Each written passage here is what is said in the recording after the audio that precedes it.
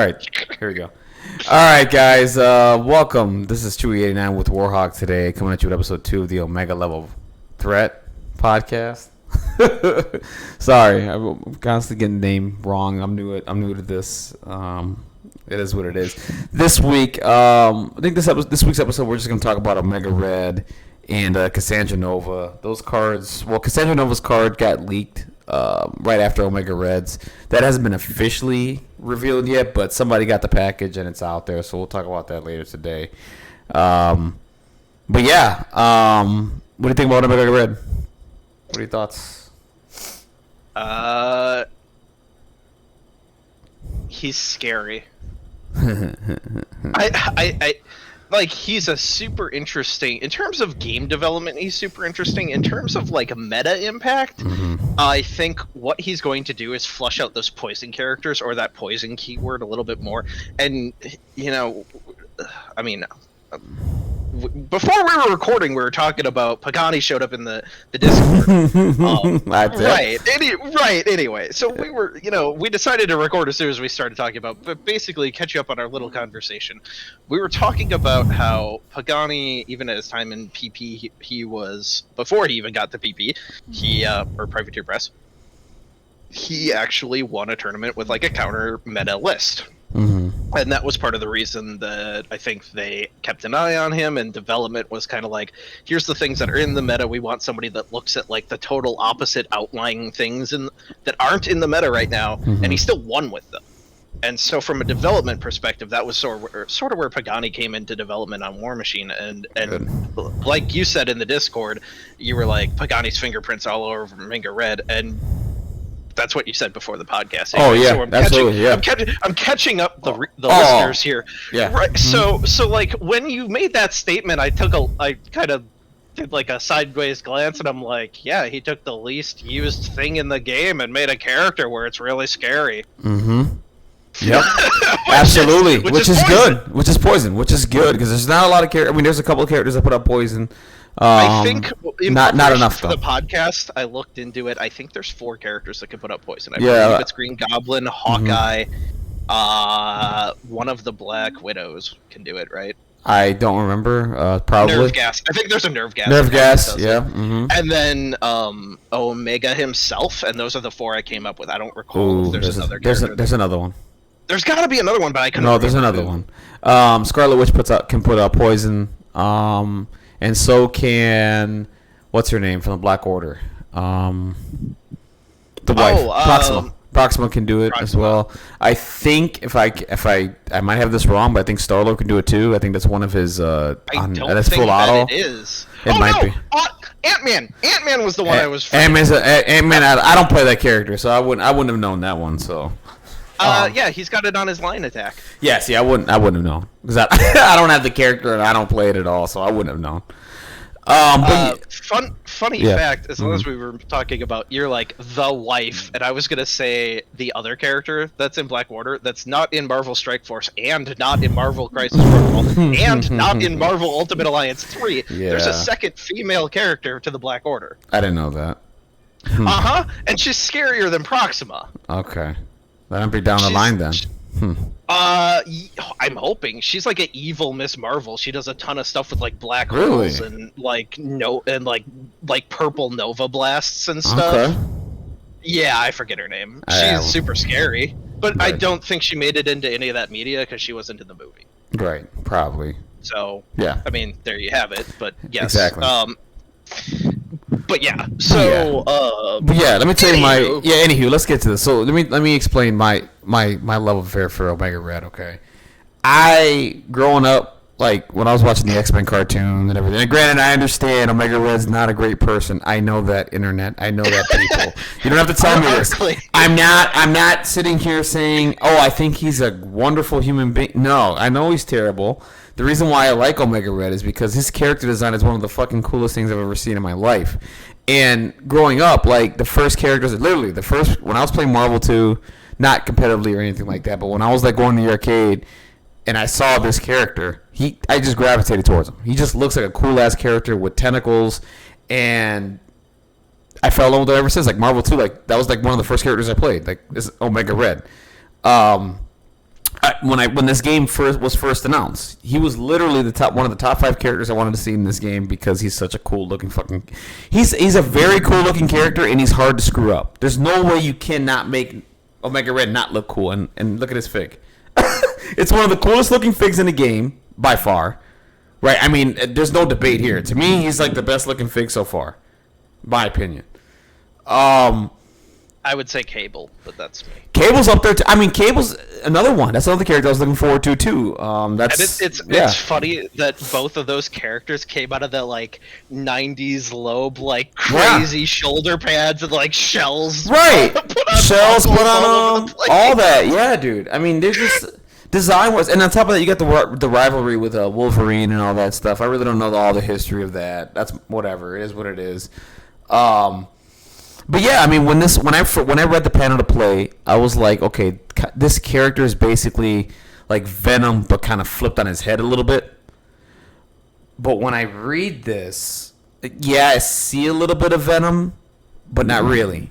You know what I mean? Like he's, I think a little more. I hate to say this, but maybe not more. Maybe is efficient the right word? I don't know if efficient's the right word, but I feel like he's more. I'm gonna lethal. I don't know. I'm gonna insert my 2 cents here. Yeah. Venom is super swingy. He's so feast or famine. Yeah, he I can either agree. Heal up like crazy, or he can go womp womp. I Right. tried to heal. Right. And die. Right. And I think the word I'm gonna insert is I feel like Omega Red is in that same vein, but more consistent. You know you're gonna spike a lot less, but you know it's gonna be there. Right. And with him, with Omega Red, it looks like to me you're not looking for a lot of, like, for example, he's okay. Let's just get into his card right now, right? So he's health, sure. He's health 6. He's move small. I'm a little with the small movement. Not that I hate it. I just thought seeing like Mr. Sinister with the big base moving medium and other characters moving faster with the big bases. I thought Omega Red would be one of those characters too, but he's he not. Also threats 3. No, that's what I'm saying. But so is Mr. Sinister. Mr. Sinister's on the same size base. Threats 3 on his basic attack. Angela has a big base, moves long, right? Like, I was thinking they were heading more towards characters with those kinds of bases, moving medium, whatever. This guy hits harder than them, though. I don't know. Harder than Angela? No. No way. I mean, Angela. He's gonna stay in there longer. I'll tell you this. I lost because of Angela this weekend. Okay. Because of Angela. To be fair, yeah. You're stuttering a little, but to be fair, no, I'm just quality podcast people. Yep. But to be fair, Angela's 1 point more, and I think if you were to make a 5-point version of Omega Red or a 4-point version of Angela, I think he would have a little more staying power, or I don't know. Angela spikes really hard when this game's designed around spikes. This game's around spikes. No, I've noticed. Trust me, I've noticed. I've seen it. I've played. I've experienced it. No, dude, trust me. I was playing against Phil this weekend. I'm sorry, I had a tournament this weekend. Not to side. Whatever. We had a tournament this weekend. We had like 4 players. I played it. Yeah, no, it's fine. Don't worry about it. I played against Phil, and literally Phil, he won because of Angela. The minute Angela walked in, Angela pulled off everything, killed a model, angelic assassin, moved, did another attack, and just went to town on all my models. You know, it's funny. So, as a side thing to the side thing, I've met Phil once randomly at Game Universe on a random day. I was just picking up stuff, and then it dawned on me like 2 weeks later that was the same person that I was talking to on Facebook. Well, it's been a while, right? Yeah. So I've met Phil. He's huge, right? Like he's just Phil's tall. No, he's not. He's not huge. No, he's not tall. No, he's about my height. You might be. Well, I don't know. He's about my height. Maybe he is tall. I'm not sure. I don't know. But anyway, so yeah, no. Like, here's the thing. So like the small thing, I was like, okay, whatever. So that's where like I got Venom vibes. I'm like, okay, small, big base. Okay, range 3, got it. He's size 3, threat 4, which not surprising. Defense is 3-3-4. His defense is a little bit better than Venom's, right? He's got better energy defense. I believe Venom is 3 or 4 in his psychic. I don't remember, but he's 3-3-4, which is good. So you can't really expose him on the energy. Venom is 4-2-3. Is it 4-2-3? Mm-hmm. Okay, so yeah. His energy sucks. His energy sucks, which makes sense. So Omega Red, at least with him, physical, which I thought his physical would be 4, but that's fine. It's a 3. His energy's 3, and his psychic is 4, which is actually good because once we get into Cassandra Nova, and because psychic attacks are on the rise, by the way, guys. If you haven't noticed, psychic attacks are going up. There's more coming. I'm happy with the 4 on the psychic.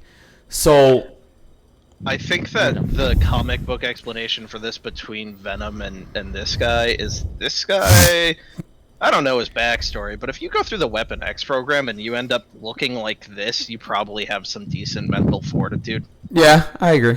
I think so too. He went through a lot of crap. Look what happened to Deadpool, and he regenerates and just looks funny. It just looks funny. Like exactly. Yeah, he's insane. Yeah, Right. he lost his.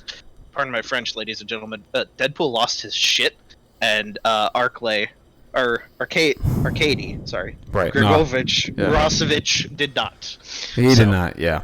So let's get into his carbonadium coil. So when I first read this attack in the panel to play, I thought this was going to be per damage dealt. So it's not. So this is what I mean more consistent, right? Venom, he has to, first of all, Venom has to pay for his big spender to heal damage, right? On top of that, he has to hit to heal a certain amount of damage. With Omega Red, his deal is all he has to do is deal 1 damage, and he only heals 1 damage. That's it. So no matter what you do, whether you hit big or you just hit for 1 damage, you heal the 1. I like this a little bit better. On top of that, it's free, right? It's not that you're not paying for it either. It's free. So this is a free attack. Yeah. I'm convinced that the this thing happens. Maybe not even for free, but this is the Shuri syndrome. Like, Yeah. you know you're getting a push. Okay, with Omega Red, you know you're healing. Right. Like, you're not reliant on. Well, I mean, dice can be dice, right? I mean, let's say if he whiffs on 2 attacks, right? You I was you gonna say you have to whiff pretty hard for him not to heal, but dice can happen. Dice can happen, yeah. Mhm. More than likely, you can count on him healing. Right, but the best thing about this is you're not really depending on a big dice spike either. You're all you're looking for is 1 damage. That's all you're looking for, and I'm a fan of that. Right? I'm like, okay, that's actually pretty good. Like this is the first time we've seen a free attack like this have some healing environment, right? Have some healing factor to it. So I like how this was done. You know what I mean? I'm a fan of it. I mean, I'm not against it. I mean, I was a little when I thought it was per damage dealt. I'm like, oh my god, this is gonna be the best thing ever. I understand why, because I mean, if they made this attack per damage dealt on a free attack, I mean, there's no way you're not taking this. You know what I mean? He's gonna be in every list possible. He might be in every list now, actually. But yeah, sometimes they test models before they release them. Oh, they do. I mean, there's some that might have. There's some that I question, but you know. There's some that I question. There's not a lot. There's really not a lot. There's actually some that I question. I'm like, you guys should have let this one cook a little bit, but that's fine.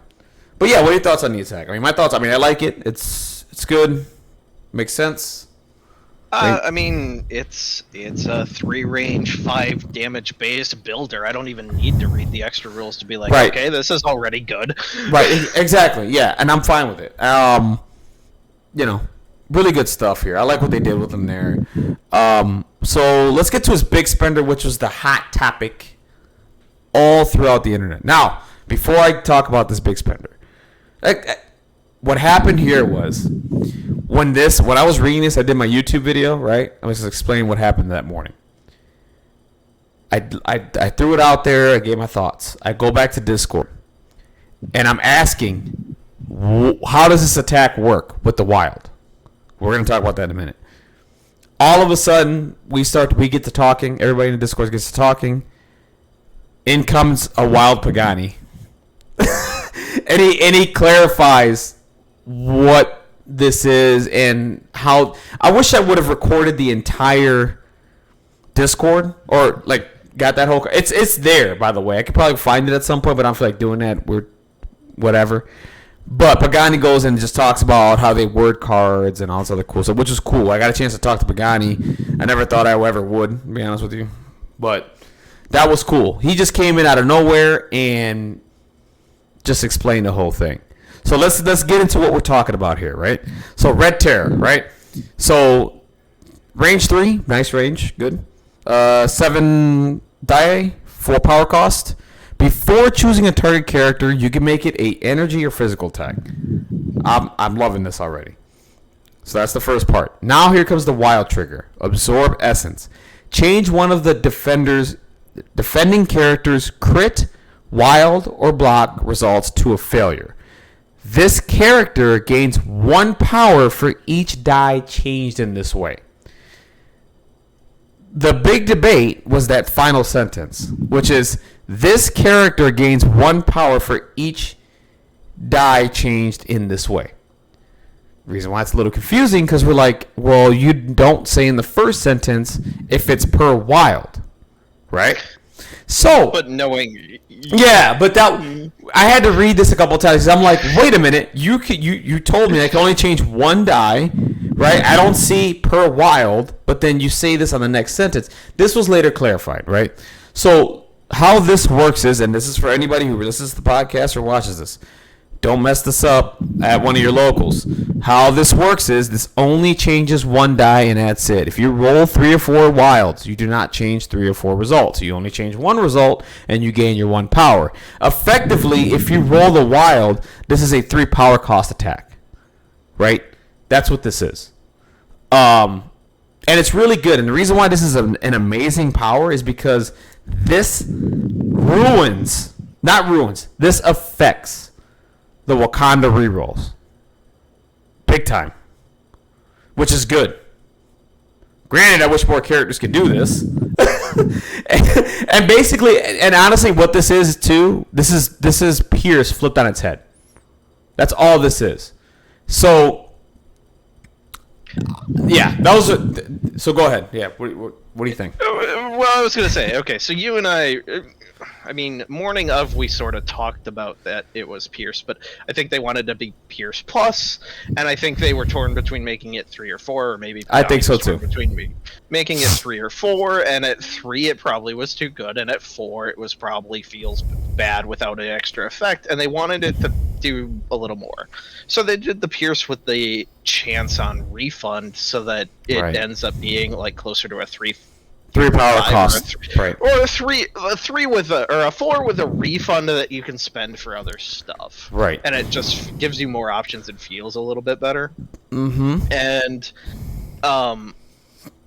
at no point was I ever, for the record, let the record show on the podcast, at no point was I ever confused about this being more than 1.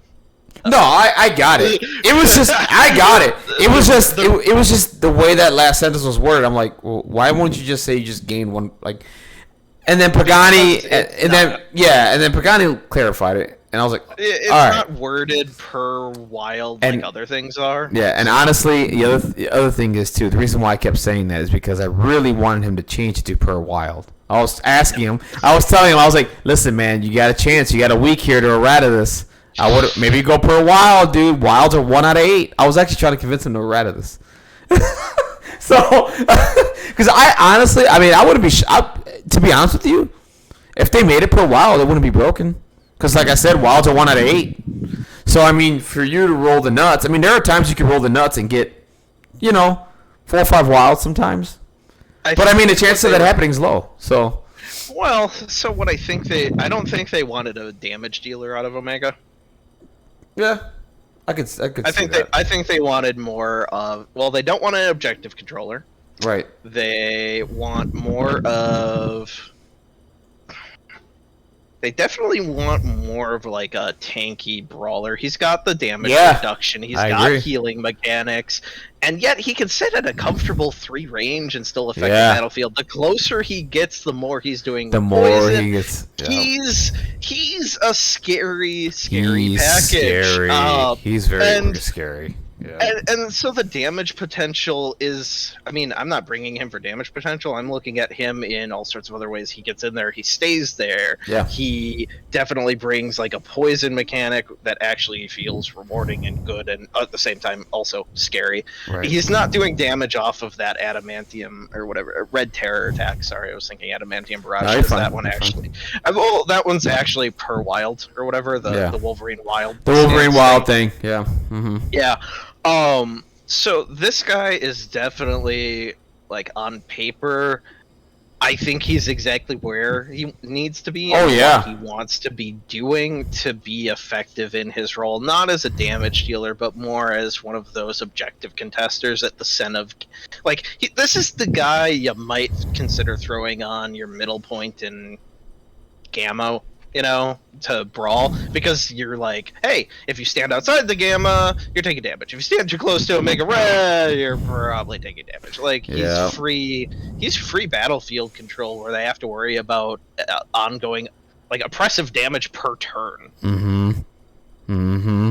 So, like, all right, so now you mentioned Gamma. So now watch this. Okay, let's get into the rest of the superpowers, because you mentioned something. There's a key word you mentioned in there that we're gonna get to here in a minute. Poison. So, oh no, not just that. So we'll get to that now. Actually, let's do that. So death factor. So this character and enemy characters within 2 of it, with the okay, let's read this again. This character and enemy characters within 2, with the poison special condition, suffer 2 damage in the order of your choosing. The super can be used once per turn. Here's the deal with this attack, with this not attack. Sorry, superpower. He's immune to poison. But he still takes the 2 damage. So, that's fine with me. For 2 power cost, this is awesome. He's going to heal that damage anyway. With the attacks that he's doing. So, this doesn't really... this isn't... If your turn looks like this, death factor, carbonadium coil, guess what? You heal it. Superpower 2 attacks. Yep. You're going to heal it back. Probably can heal it back. You're going to heal it back. So that's why it's not an issue with me. I'm fine with that. Love the superpower. We're going to get to how... I have my jank for this, but we're going to get to it. So let's get down to ensnare, okay? Basically, Venom. Push the enemy character within 4 of this character's line of sight toward this character medium. So a character can be pushed by the superpower only once per turn. That key wording there is very, very important.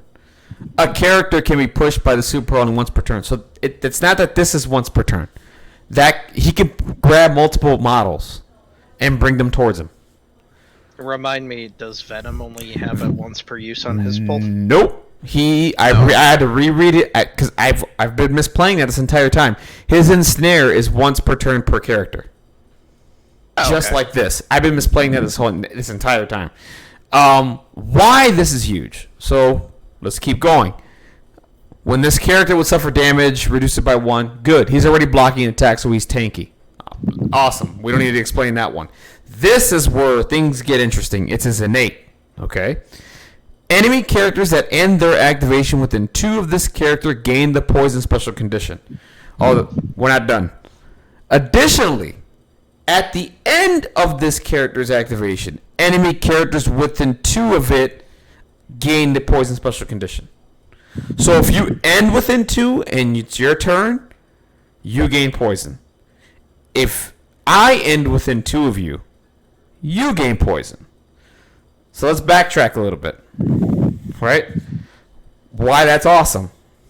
His ensnare is a 2 power cost. My plan for him, I'm going to tell you right now what this is going to be. Omega Red is not a turn 1 character. You can get him involved turn 1 if you like. He's a turn 2 and on character. Turn 1, all you're doing is positioning. Turn 2 is when you're going to start to go ham. And this is what you do. By turn 2, you should have 2 power if you didn't do anything with him. I would say wait 2 activations. So now it's your 3rd activation, right? Let's just say you have 5 characters. He's your 3rd activation. Reason why I say that. what you end up doing is you pull off your ensnare. Pull those 2 characters in. Boom, boom. Do your attacks. Whatever. Let's say you don't kill the models. Let's say you do 2 damage each. How are you pulling in 2 if you only have 2 energy? Oh, sorry. I did it backwards. You have to do your attacks first and gain 4 power. I'm sorry. Thank you for calling me on that one. You have to gain 4 power. Right? Then you do your ensnare. Okay? Then you do your ensnare. You pull those characters in. You end your activation. They get poison. Now, turn 3. Now they have poison. You do your thing again. In whatever order. And hopefully with Death Factor, you should be able to daze those 2 characters that you ensnared. And you take away 2 activations that 3rd turn. In theory, that's how I would play him. From turn 2 on. That's how I would play him. Not that I'm questioning the order of operations on this or anything. I'm just kind of wondering,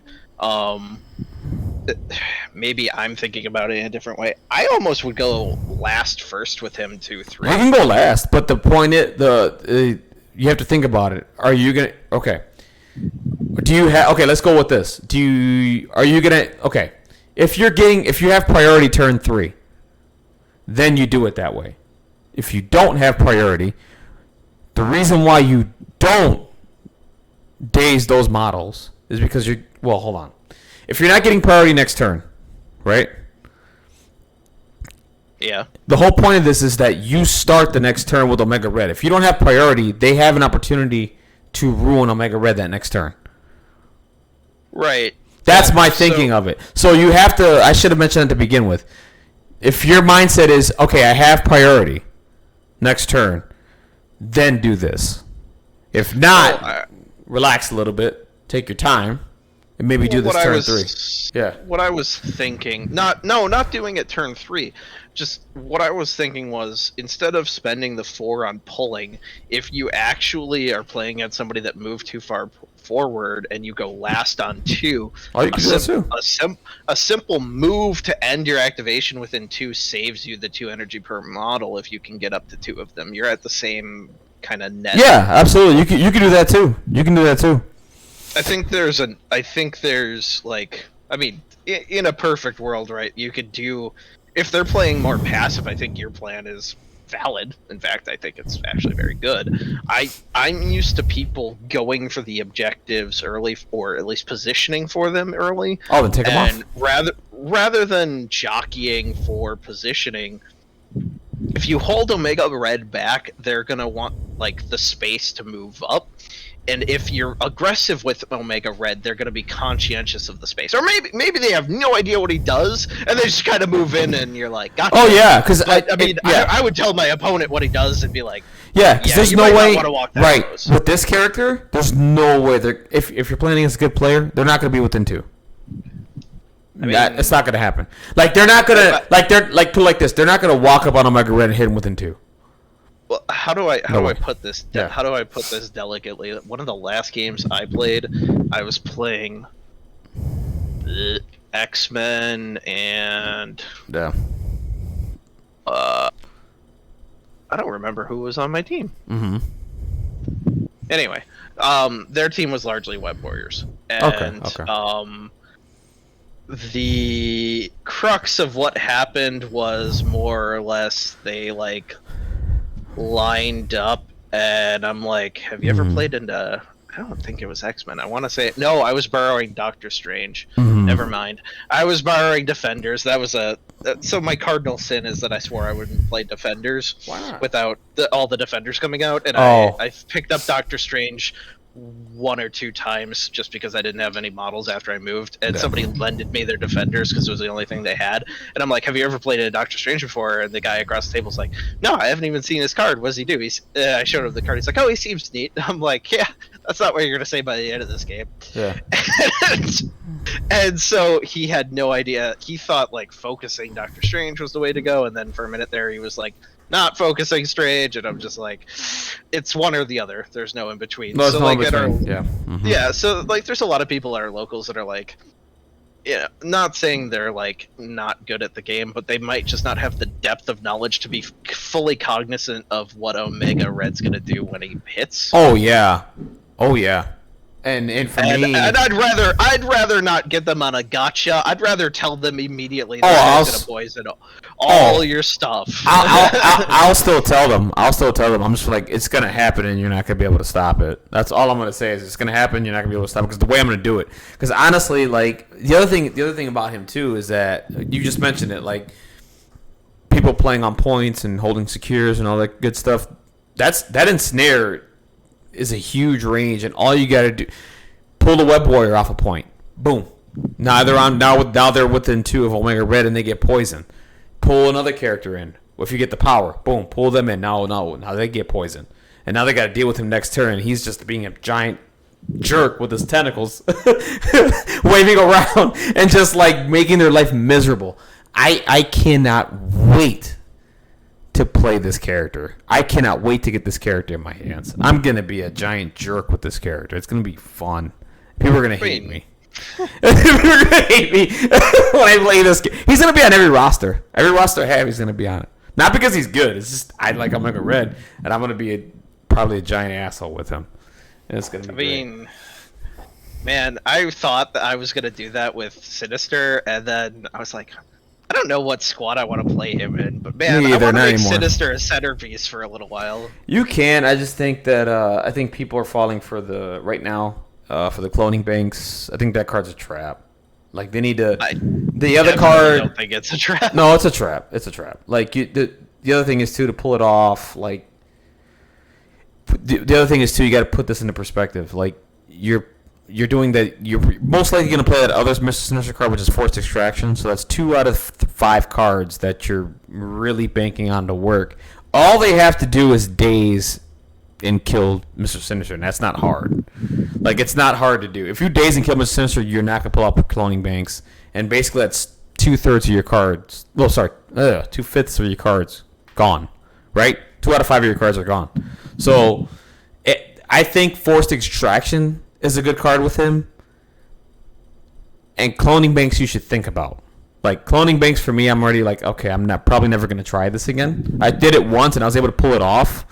And I was like, oh, that's cool, and I won the game, but if Mr. Sinister died at any point, I would have lost that. You know what I'm saying? Like, honestly, I would have lost planning on cloning 2-point Widow every time. Or whatever, or 2-point Okoye. Or something like that. I mean, that's easy enough to do. You should be able to do that in 2 turns. But you know, I mean, there's play for it. It's just, I think Force Extraction and Sinister is enough. Like, I think cloning banks, unless you have a viable strategy for it, then whatever. Well, that was my point when I said if I made him a centerpiece, my whole strat would be around him. Yeah, you got to make your whole plan around that. So if you can figure it out, sure. If I was gonna do it, I'd force distract a bunch of characters with, turn 1 that have healing factor. Right. Exactly. Oh, that's right. Omega Red's Tactics cards came out also. We have those?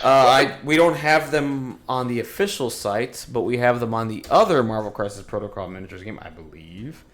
Hold on. Let me see if I can... let's go to the comment section here. I saw it somewhere in here. Let's go. I was really hoping Sinister would be better because he's nutty. He's okay. I think he's okay. No, he's okay, but he's nutty in Marvel Strike Force, and I was like really hoping he'd be as nutty. Yeah. I mean, I get it. Different game, whatever. Right. Granted, by the way, that's all Omega Red. His Idris side doesn't change or anything like that. He's gonna be fun to play. He's got a lot of crazy shit. Sorry, I'm cursing, but he's got a lot of crazy stuff.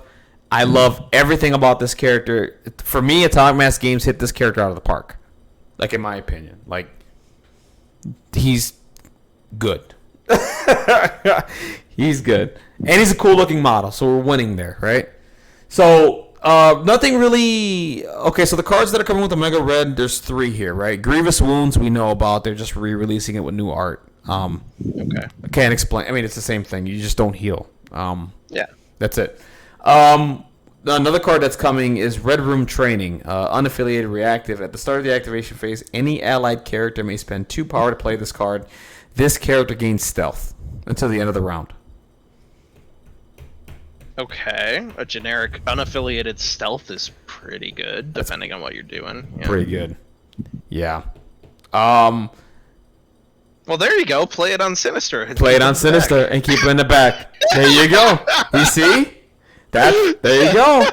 Another card I would take over Cloning Banks. But like right there, like I would probably do that as well. I was taking it with Cloning Banks. So that there you go. Hey, actually, yeah, there you go. Play with Cloning Banks. That's Yeah, what I'm talking about. Yeah. Yeah, do that. Oh, that'll work. The card that comes with Omega Red is specific for Omega Red. It's called Carbonadium Synthesizer. Omega Red may play this card. Remove all special conditions from this character. It removes 1 damage and gains 1 power for each special condition removed in this way. So it's the X-Men one. Just for himself. Just for him. Yeah. Just for him. Pretty good card because I feel like this character they're gonna try to they're gonna try to kill him, right? But I think the other way to neutralize him too is with some conditions. Stun, stagger. Stun's annoying, by the way. Stun is one of the most annoying, in a good way, one of the most annoying conditions in the game. If I give stun can probably hurt Omega Red, stagger for sure. You know what Omega Red's not gonna like? Like if somebody keeps using Hail to the King on him, he's not gonna have a good time. No, he's not. And also, if they're playing control and they're moving people around, he's not gonna like that either. Because Thanos will probably ruin his day with the Mind Gem and his teleporting thing. I think he's got better tools to deal with that than like Venom. No, Venom. Well, at least Venom has Lethal Protector, right? So Venom can find a way to get back in with Lethal Protector. Omega Red can't. So right now, Omega Red doesn't have any extra things that can help him move up a little bit. You know what I'm saying? Like he moves small. So once you do the Mind Gem thing and the Enchantress thing where you're moving somebody and then you're doing another thing to reposition him again, it's going to be hard for him to get back in the game unless you have a way to do it, right? I would say that's his biggest weakness right now is if they decide to start pushing him and getting him out of ranges and stuff, he's not going to be very effective. That's where Venom has Omega Red. Is that card, in my opinion. That card and the counterattack. The counterattack is huge. So, yeah. I don't actually take Lethal Protector with Venom that often. You should. That's an auto include for me. Like that's a free. Like the other thing is too. A lot of people fall asleep when because they think Venom's out of the game when they start repositioning him, and when someone does an attack and they don't realize they're within 3 of Venom. Oh, Lethal Protector. Now you have to attack Venom. It can sneak up on people. Like it's every time I've done it, Venom's gotten like 1 shot by random. That's fine. That's fine. Like that's fine. At least it moved Venom up, and the attack got off the other character that they were planning to attack. And Venom's up the field now. He's not out of the game, right? Granted, he's dead right now. They one-shotted him, but guess what? He starts next turn, and he can start doing his stuff. But that's probably the biggest weakness for Omega Red is the repositioning. I think will really be the counterplay for him. And right now he doesn't have any movement shenanigans card wise to get back in. Granted, there are cards to do it, but he doesn't have one specifically for Omega Red, if that makes sense. So yeah, those are the 3 cards that are coming. Red Room Training is going to be awesome. I love that.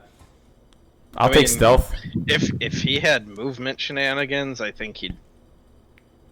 I'm not gonna go down that rabbit hole. He'd be a totally different character. Oh, he'd be bonkers. If he had movement shenanigans, he'd be bonkers. He'd be like, oh my god, like there's no way I can keep him out of the game. Like, oh, now I have to deal with him. No, thank you.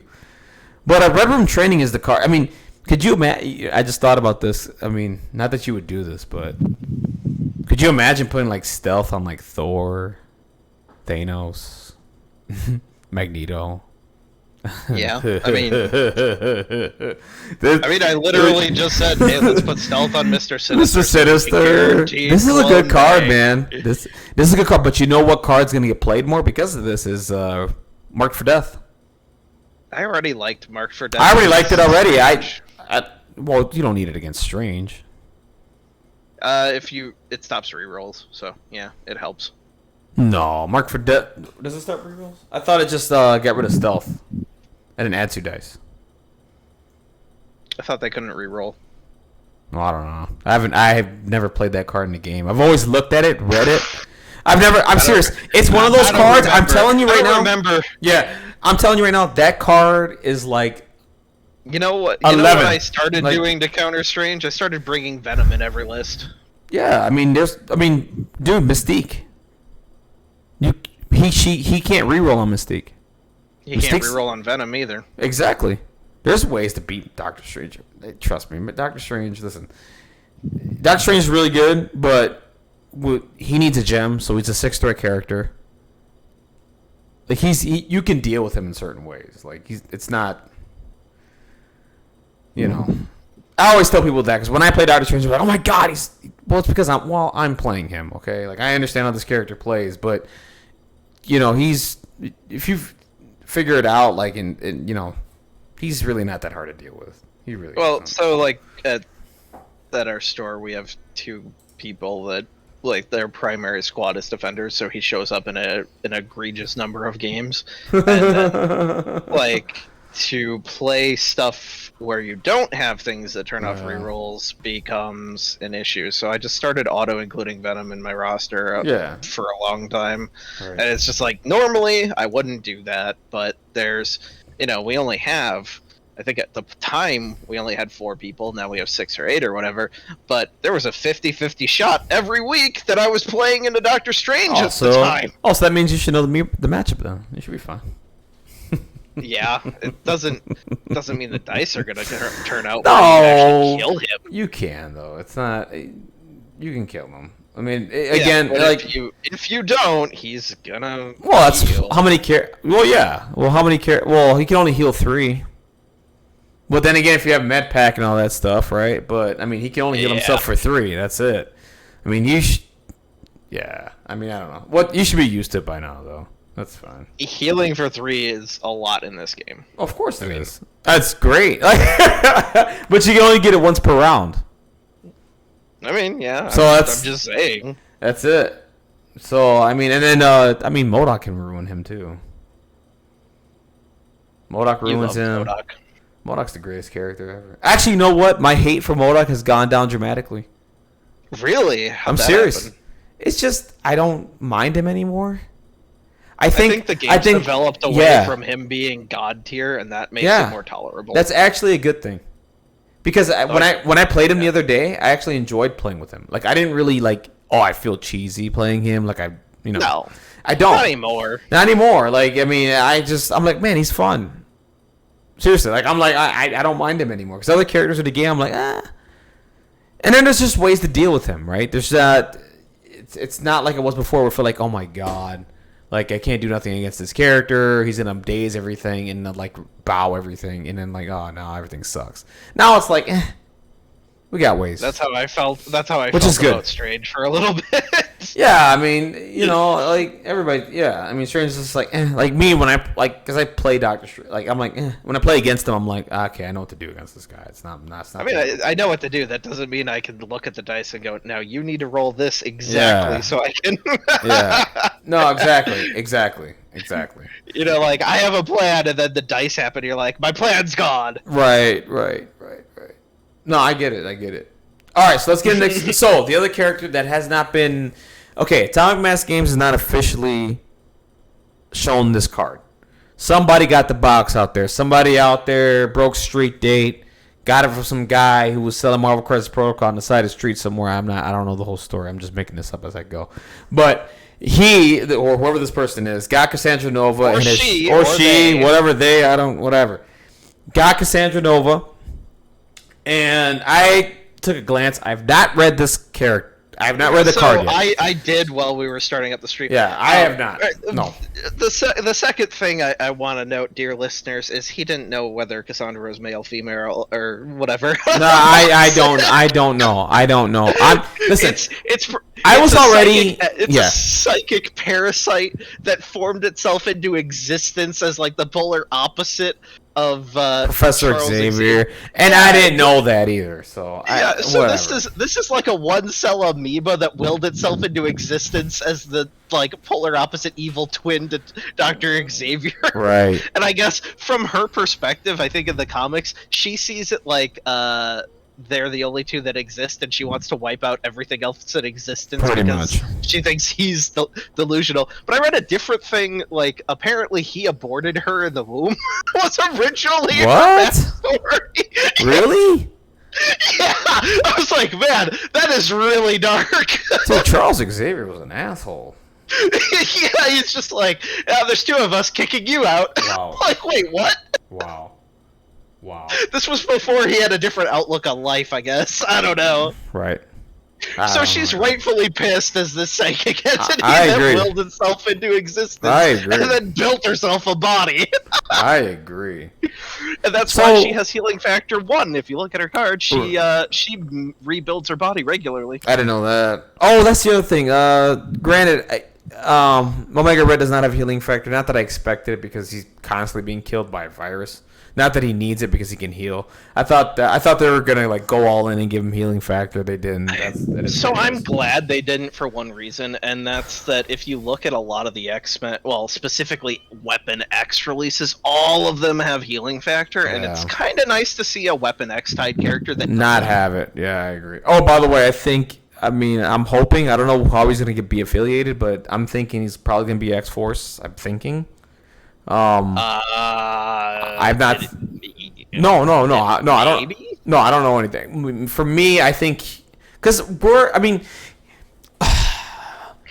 he would have to. He would have to be X-Force and Cabal when it comes to affiliation for Omega Red. No, I was thinking Brotherhood and Brotherhood too, but yeah. I mean, we'll see. I mean, I don't know because what I was hoping for, I was hoping he'd be a free agent, but to see that happen, that's fine. It's fine.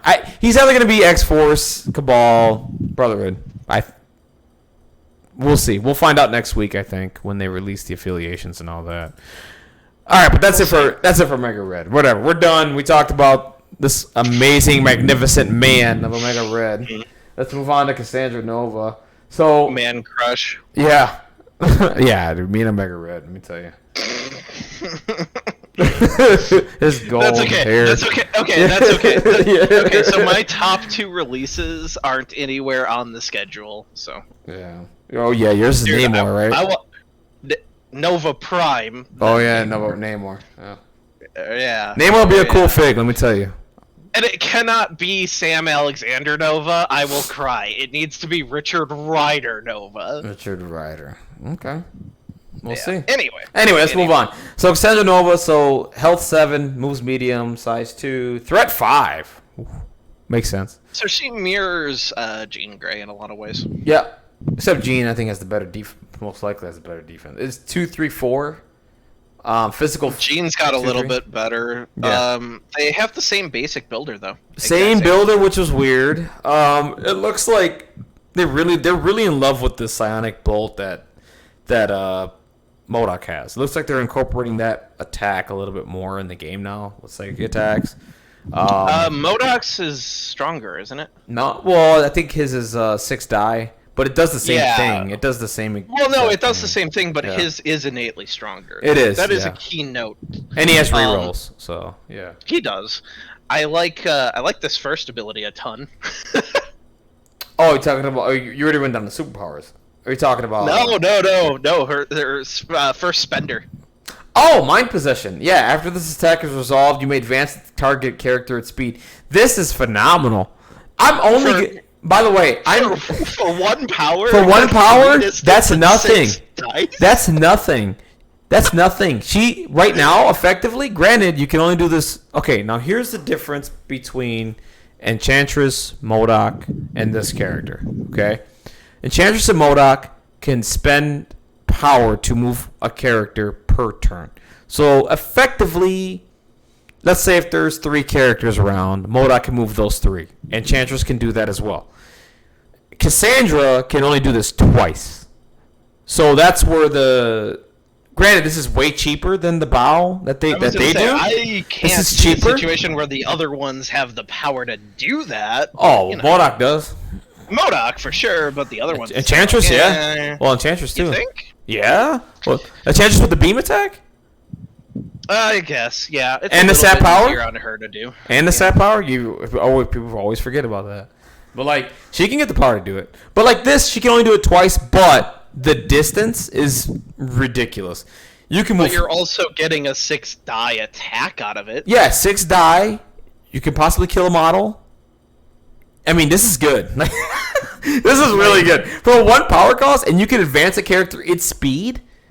My only gripe about this is I love it. My only gripe, and it would be broken if it was, right? My only gripe is it says after this attack. If it was before this attack, it was like oh no, I mean, dude, that would be bad. I'm glad it's not, because I mean if it was before the attack is resolved, oh, forget about it. I mean, this would be probably the best attack in the game. Probably. I know. I know. Like, I mean, that's... Dude, I can't wait to pull this off on Black Panther, by the way. You Black Panther players, be ready. You're going to see Cassandra Nova. Get ready for it. What? He's a movement long, right? Oh, yeah. And he doesn't... And his blanks don't count against psychic attacks, so... Yeah, I know. I'm coming, yeah. Okay? I'm coming for you, Wakanda players. This is happening to your life. And I'm gonna ruin. Anyway, so I like how you just target Wakanda players. I'm targeting. Here's the demographic I want to take a big stink on today. Oh yeah, absolutely. Like when I'm getting ready for season 6, whenever that's happening, like September is what I heard. Or whatever. Yeah. So from here on out, we'll be practicing. We'll be playing a lot. I'm gonna pick an affiliation and just go. I hope I play all Wakanda players. Because I want to ruin them. I want to take them down, dude. I want to take all the Wakanda players down. I don't care if they hear this podcast or whatever. I want to take all the Wakanda players down. Black Order for sure. That's another one, too. This is a real good way to alienate your audience from episode 2 on, ladies and gentlemen. Right. Just take a big stinky shit on Wakanda players. Just do it. I'm coming for you. I'm coming for you. And you're and like some new players like, I haven't even played Wakanda yet. I bet they're really good. He's convinced me to play them. Right. Coming to a TTS and a tabletop near you. Me. But anyway. Angry Chewy. Angry me. Because I'm ready, dude. I'm hyped. I'm ready for season 6. Anyway, so this attack is just awesome. I mean, granted, like I said, the difference between the bowing and this is that the bowing you can do multiple times. This, yes, you can do it multiple times, but you're limited to 2 actions because it's an attack. So this is going to be a great attack. The big spender, 4 power cost, range 2, 8 dice, explosive force after the attack is resolved. Characters within 2 of this character are pushed away from the character small. Suffer 1 damage. That's it. I'm probably never going to use this attack. I'm just going to be honest with you. It's fine. I'm never going to be within range 2 to do this because I don't want to play Cassandra at range 2. So it's fine. That's my opinion, but yeah. I mean, if you look, she actually sort of wants to get in there because if you look at the design here, she goes from basic at 4, mind possession at 3, flesh manipulation at 4. She sort of wants to advance to the middle of the board, and the next couple superpowers, I'll show you why she wants to. I don't think it's the worst thing in the world that she get in there. Yeah. My contention with flesh manipulation is once you're buried in there and everybody's in the middle of the mix there, my contention with it is this. It feels like possibly a win more, or the MODOK situation. Like, for a while there, people weren't even using the chair because they were just like, mathematically, what was the point? Sense. Yeah, what was the point? Yeah. That's the only contention I feel like flesh manipulation has as like a downside. Is like, I could be spending 4 for this, or I could spend 1 for 6 at 3. Exactly. So we'll see what happens here with that. We'll see. I mean, I've used the chair to great effect before. Don't get me wrong. I have some too. People would call that. Some people would call that bad play with MODOK. No, the best one for me, and this was phenomenal. I was playing against Jason, and he did Doomsday Chair to Ghost Rider, and he dazed Ghost Rider, and I did deal with the devil, and I went to another character, but we're like, wait a minute, does Doomsday Chair go off? And we're like, I don't think so. And we looked at the card again, and yeah, so wherever Ghost Rider went, he can target another character within 3 of Ghost Rider and still pull off Doomsday Chair. So I was halfway across the board away from MODOK, and he could target another character within 3. I was like, oh. I was like, oh. Well, then I probably will just die here because I don't want you to attack another character. That was so fun. Yeah, that was one of the most interesting things with Doomsday Chair I've ever seen.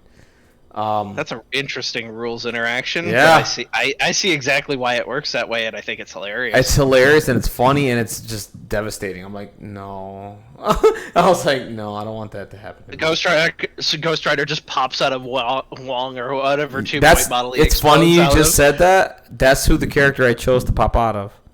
Well, yeah, that's the go-to chair. Yeah. That's the go-to character. Mm-hmm. So Wong explodes into Ghost Rider. He's like, "I'm back, bitches!" And then saws fly out of him and hit Doctor Strange. That was literally, honestly, it's funny. That was literally the situation. Yeah, that was it. You know, it's funny. It's funny that I know enough about this game to know who the targets for all of that were.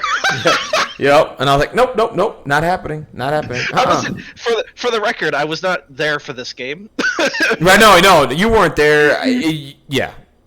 But you know me and you know the game, so I was like, yeah, that's what. Yeah, I can infer who got hit, who exploded, and who got hit again. Right. Okay, so so superpower number 1. I'm taking over reading the cards now. You did Omega. Yeah, go ahead, go for it. Biokinesis. Choose an enemy character within 3 range. It gains the root and slow special conditions, 3 energy. I don't hate it, but I think it's super situational for 3. Yeah. I mean, I think it's just going to depend on... I think it would feel better at 2. Yeah, I think this could be a 2 power cost. In fact, it's 3. Because the fact that it's 3 and it's a situational... Right. So it feels like these values are flipped around because we go to the next one, Psychic Distraction. This one I feel like should have maybe been 3, but it's a 2. When an enemy character ends up movement within 3 of this character may use the superpower. Roll 4 dice. The enemy character suffers 1 damage for each crit. Yeah. And is that a wild? That's wild. Yeah, that's wild. Yeah. So it's not quite martial artist. It doesn't get it doesn't get the hit, or what does martial artist get? It's crit, wild, and I don't remember martial artist. I have to look at it again. There's a couple variations of it, but most of them go 3. Some of them go 2. I think this one's closer to the Daredevil one. That's only 2 results. Okay. Or Taskmaster. But it's the difference. The key difference is it is not a reaction to being attacked. This is a reaction to them moving closer to you within range 3. It's important to note that you can trigger this off of mind possessing somebody. Yep. I don't know if you noticed that. So you can actually mind possession them for 6, walk them within range, and then do Psychic Distraction and see if you can spike. Yeah. Well, it's the same. It's the same thing with the Mysterio with his attack. That you can advance them within 3 of you. Once they end in advanced, and you do tricks or traps or whatever, pull that off, and then it's similar to that. But she does it better. I mean, I'm sorry. Yeah, Cassandra does it better. So I mean, for 5 threat versus 3 threat, I would hope so. Yeah, Cassandra. Exactly. Yeah, Cassandra does it better. So yeah, no, this is. I mean, she's for a 5 threat. She's gonna be wow. Her 3rd power pretty simple. Pay 2, get. You don't suffer collision. You don't suffer collision. What's the card for that though? Brace for impact. Yeah. But it's just her. It's just her. And that's good too, because I mean, throws are strong. Throws are really, really strong in MCP. So like, if you can negate a throw, anything like, that's good. So this is good. I like this for 2 power. I was gonna say, do you think this makes a case for Brace coming off the restricted list? It should. I don't know why it's on the. Honestly, that card. I understand in the beginning why it hit restricted. Right now, it should come off because I was gonna say there's enough affiliations and enough different play now that like we're not seeing Thor and Hulk and Avengers throw everyone around anymore. I can see room for it coming off too, especially when you look at this box set. Right, this box set is sort of. I mean, okay, it does the box set that has Jean and Cassandra. I think is sort of a specific response to what the meta was when they were sort of developing them, and it. Unfortunately, the downside of this is at the time I don't think they realized the movement walk somebody off the board or walk them into a death trap was going to become the meta, and this happens to be landing when this is the meta. Which I think is going to exacerbate the problem a little bit. Yeah.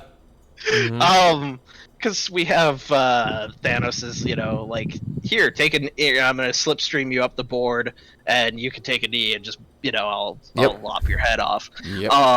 That's in the mix. There's a couple other things. Like I was saying, I mean, we did this podcast before, and I was saying, oh, hey, Mysterio on Wakanda is going to be, like, a great addition. I think there's a case. Wakanda doesn't have, like, a serious 5 threat that's scary and, like, no, they don't. No, I think there's a good case for Cassandra Nova to be that 5 threat as opposed to Mysterio at 3. Because she's the antithesis to what they do, or antithesis. She allows them to play at she's their range damage dealer, but also she can assist in the things they do well, and still bring like a scary amount of psychic damage to the table. I agree. I think that's weird. I think she's going to be a great counter to them, and I think she's going to also work on that squad really well. By the way, do you love how that works, though? You see what I'm saying? Like, I love that that's a thing. Like, I love the fact that a team that's really good right now has a counter, and they can also use it. Like, I've been playing games my whole life where, like, you're so limited in your roster, just in your roster building and all that stuff, that when something comes out that counters your playstyle or counters your deck or whatever the case may be, like you're unable to use that card, right? Because it doesn't help your deck or it doesn't benefit. But in this game, it's like, okay, I can put Cassandra on my team and make it work. You know what I mean? Like that's cool. Granted, does that mean that Cassandra's going to be on every roster and like that she's going to be on the right? Probably, but. Still, like, that helps out everybody. You know what I mean? It's a cool thing. I love that. I do. War Machine's answer to that was you had multiple lists. So if you were going into, like, a really bad pairing, that's a totally different thing. Yeah. And she has stealth, by the way. Oh, right. And she has flight and healing factor. Sorry, we didn't mean to show it. Yeah, we didn't mean to show it, yeah. Flight and healing factor 1. She has stealth. No, that's... Yeah, sorry, for flavor text, it's called telepathic cloak, ladies and gentlemen, but really just read it as stealth. Hold on. Hello? You there? Yeah. Okay, sorry, no, my mic just went out for a second. Sorry. My headset, I'm sorry. Anyway. Oh no, yeah. I was just reiterating, like, it's a flavor text thing where they changed the name, like Goddess of Storms. Right. Yeah. So that's pretty much it. I mean, her injured size, she goes down to 6. Nothing else changes. Everything's about the same here. And, well, her artwork changes, which is pretty cool, by the way. That's actually she looks really evil there. The cards did come out. Right now, there's only 2 that I see. Jean has a specific card. When an allied Jean is dazed or KO'd, after the effect is resolved, an allied Cyclops or Wolverine may play this card. The character that played this card may immediately perform an attack. That's going to be fun. It just says an attack, right? An attack, yes. Optic Devastation, anyone? Yep. Or Wolverine with his big spender. Come in, do that, get a throw. I mean, you can. On top of that, see, here's the thing. This card, okay, notice there's no power cost on this, right? So what you do is Gene, Daisies, Chaos, whatever. If you're playing blue, Wolverine, No, I know. Yeah. No. It says may do an attack. You still have to spend for it. No, you still have to spend, but you got Cyclops' leadership. Yeah, I know. So -1. Yeah. That's what I'm saying. So you can make that attack cheaper, and then I feel like I might be the minority here, but like I like X-Men Blue better than Gold. I do too. I've been telling. I don't care. I've been telling people that too. I think Blue's on the rise. I mean, I've been playing with them. I'm serious. I played like maybe 3 or 4 games with them. I haven't lost with Cyclops as a leader. So I'm up at 6, and I've only lost twice. But they were. It was Infinity Gem, or no, I only lost once. It was Infinity Gem games, and it was the situation I was talking about last time, where Randy had like the wife husbando combo where they had 8 activations back to back, and it's like, what do I do about that? Right. That was the one extreme case where I actually lost with X-Men Blue, but otherwise, I do fine. Yeah, I do fine with it. Yeah. We actually got the characters I was looking forward to dropping for X-Men. I know it sounds weird, but I wanted to put Iron Fist in there and lower his fist. Oh man, Iron Fist is great. He's good. Iron Fist is really, really good, man. Yeah, I mean, I had a feeling, but what I find interesting, it's weird, right? Like, kind of a comics thing. Doctor Strange, while he has healing spells or whatever, he's not like known to do that. Iron Fist is. So it's weird that to me it's a little weird Doc Strange has got the 3 heal and not Iron Fist, yeah. Not Iron Fist. I mean, I get it, gameplay, whatever. Yeah. Like he was always I feel like the version of Danny that we got is actually a younger Iron Fist where he didn't know he could do it. Because it's really he only has the Iron Fist as his attack or whatever. He hasn't learned to channel the chi throughout his whole body. That's like a thing he does later. So maybe we'll get one that's a 5-threat later on that can do a whole bunch of stuff. Oh man. Yeah, he can channel chi to anywhere, not just his fist. Right. In the current iteration of the comics, he can literally touch you and heal you. Okay, I just read this other card that's coming. Okay, so Mental Domination. Okay, so this is one of those. Cassandra's? This is a Gene and Cassandra. Listen to this one. So this is an attack one of those attack ones that you see. So Mental Domination, range 2, physical 2, no power cost. Okay, so during their activation, Cassandra Nova or Gene may spend 3 power to play this card. Choose an enemy character within 3 of this character. Advance the chosen character small, then the character that played this card makes the above attack. When measuring range and line of sight for this attack, measure from the chosen character, not the attacking character. Yeah, because you're mind controlling them. Yup, and then add dice to the attack roll equal to the physical defense of the chosen character. You may also reroll any number of opposing defense dice in their defense roll. That's actually fun. That might be fun. That might be the second attack card I've ever seen that's good enough to play. Yeah, that's pretty good. The first is Cinnabons, obviously. Cinnabons, yeah, but this is pretty good. I was gonna say all the other ones are kind of like they're all right. I think they're more. I think they're intended to be more gimmicky than anything. Like I don't think they're intended to be like. I think that's one of the growing pains of the game, where like they made these cool things for the core set, and then they just didn't age well. No, they didn't. And then the other thing is too, like I said, I think there's cards that are meant to not be. I think they're intentionally meant to not be like top level play kind of stuff. They're intended to be like, you know, gimmicky, like have fun with this kind of thing, which I don't mind at all. If I'm playing like a Ultimate Encounter and I want to pull that off, I'm like, oh, okay, let's do that. Like that, I like that. That's an option, right? Like I don't have to constantly take good cards because, you know, if I'm playing a casual game, it's like, okay, I don't have to do this. I just want to do this because I think it's fun. But that's what I think their intention is for these cards, like these attack cards. That's my opinion. I don't know. That's what it feels like to me. But I think that's it because right now I'm going through the Facebook. I think that's all that comes with. I'm a little disappointed that there's not another X-Men card in here. Maybe there is, and the person just didn't show it. I really wanted another X-Men card. They need one more card for the affiliations. I don't know what it is or what it'll be. But I feel like they need one more. What if it was deal a damage to all X-Men, they lose a power? Wait, deal damage to X-Men, they lose a power? The X-Men lose a power? Yeah. Isn't that a negative? Yeah, you're like, they need one more card. You didn't say it had to be good. I was like, I'd be like, man, that makes it worse. Yeah, they need. Yeah. You're like, I want one more card. You didn't say what. I didn't say what. You're right about that. Yeah, no, like I would look at you like, this is what you asked for. Pagani gave you exactly what you wanted. Yeah, you're right. You're right. You're right. Yeah, but outside of that, I mean, Cassandra's gonna be really good. Omega Red's gonna be awesome.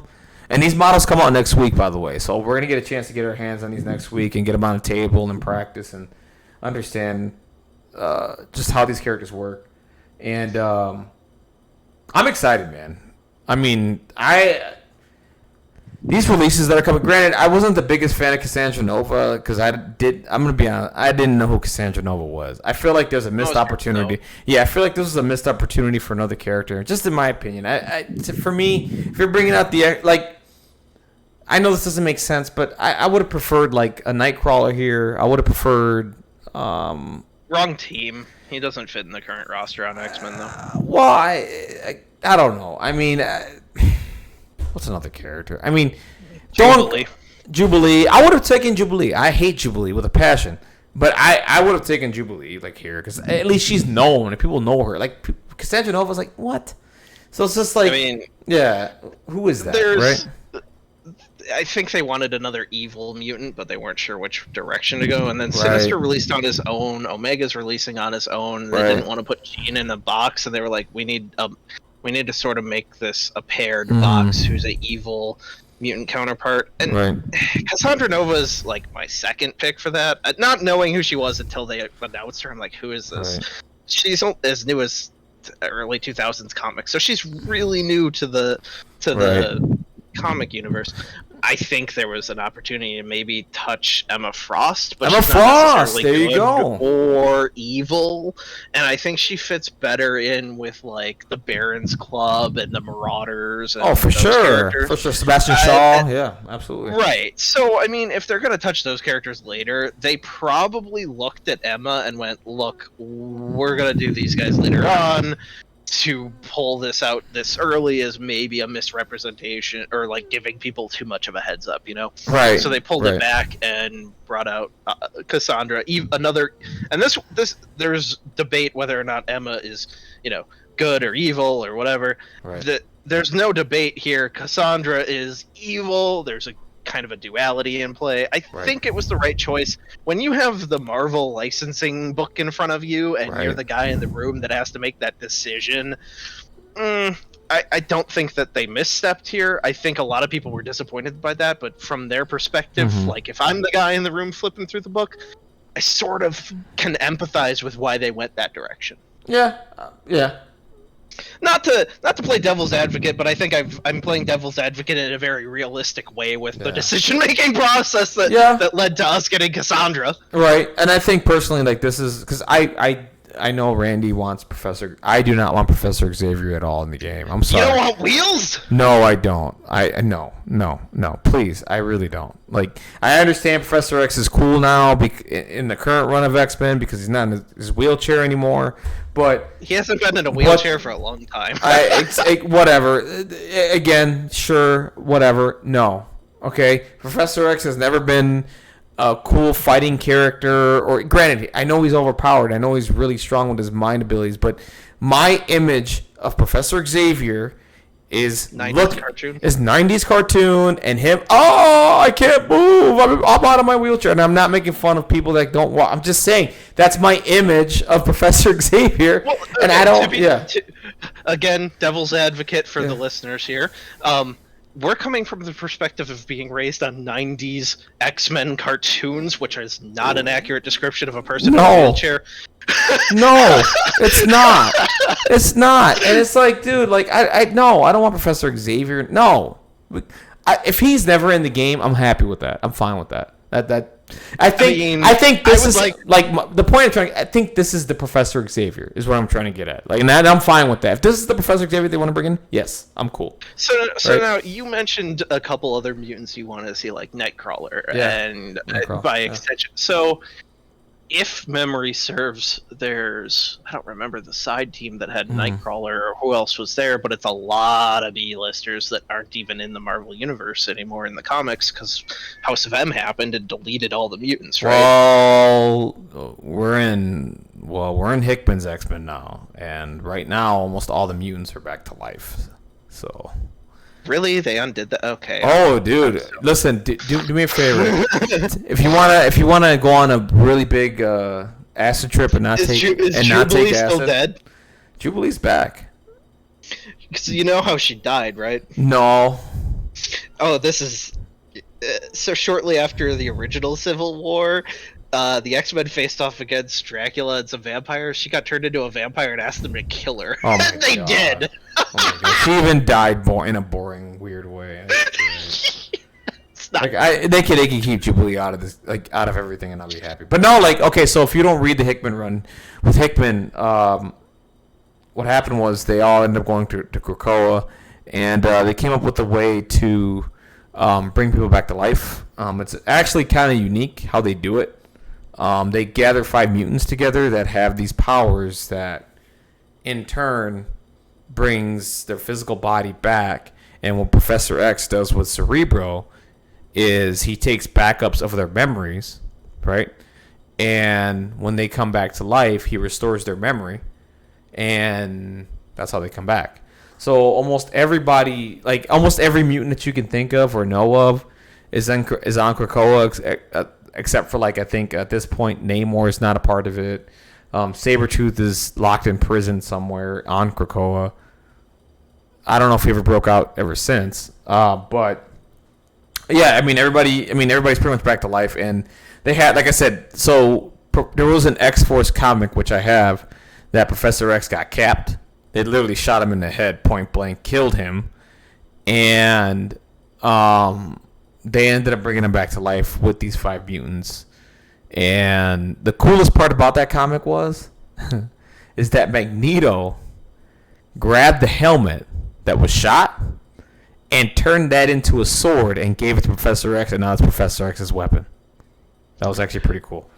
But so this is why, long story short, ladies and gentlemen, this is why I only read the huge overarching Marvel stories that like involve everyone. X-Men's a wild ride, bro. Yeah, that's what I'm like. I'm serious. I'm serious. If you really want an acid trip and not take acid, or just a nice I think I need to be high to read this, and not in a bad way. It's actually a good thing. Read House and Powers of X. Like literally read that whole thing, and you'll be like, "What is dude?" Hickman put a lot of thought into this, and it's crazy, and it's gonna take you a while to wrap your head around it.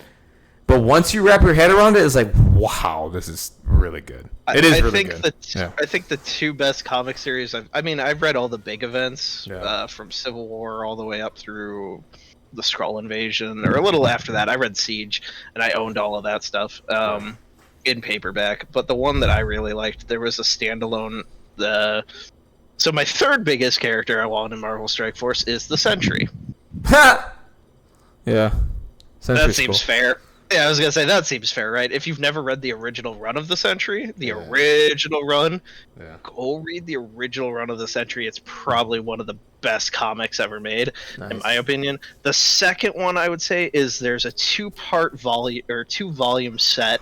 If you really want to kind of know what the Iron Fist is all about in modern comics, the best way that gets captured is Immortal Iron Fist Volume 1. I believe it's called The Last Iron Fist Story, and that goes through his inevitable prophesized death, which is actually pretty cool. Okay, cool. That's definitely like the second best comic I've ever read, and then the third is Nova Prime being a badass in Annihilation. So nice. I always hear great stories about Annihilation. Annihilation is long. It's as long as Nightfall from the DC comics when they introduced Bane. It's almost as long as Nightfall. Okay. But it's if you take a look at the timestamp on it, it takes place during Civil War when everyone's too busy on Earth. Every galactic hero makes a representation of what's going on off Earth, and Annihilation is the encompassing story of all of that. Oh, okay, cool. I'll have to give it a read at some point. It's on their or not their streaming, but they're like $6 a month read comics or whatever. It's been on there for years. Nice. I'm gonna have to do that. Finishing thoughts. Yeah, me. Like I said, I mean, I love Omega Red. And, I mean, everything about him amazing. I think Jean Grey and Cassandra Nova are gonna be viable pieces for the X-Men. I'm pretty sure Cassandra. I don't know. Oh, that's the other thing too. Is Cassandra Nova gonna be affiliated with X-Men? No chance. Well, yeah. See, I don't know. I mean, we'll see. I would say Brotherhood. Probably Brotherhood. Okay, that's fine. Yeah. I say Cassandra is going to be okay. So from my perspective, you're either, I think in the current meta, you could take one or the other. I don't think you take both. I think if you are on the objective secure side of things, where you want to hang on to objectives and not get knocked off, Jean's your go-to gal. If you want to control the objectives harder and make things more difficult for your opponent, I think Cassandra's the go-to. And it's a weird duality in the box where you kind of are picking and choosing your 5-point support piece that lends itself to one of those two play styles. I agree.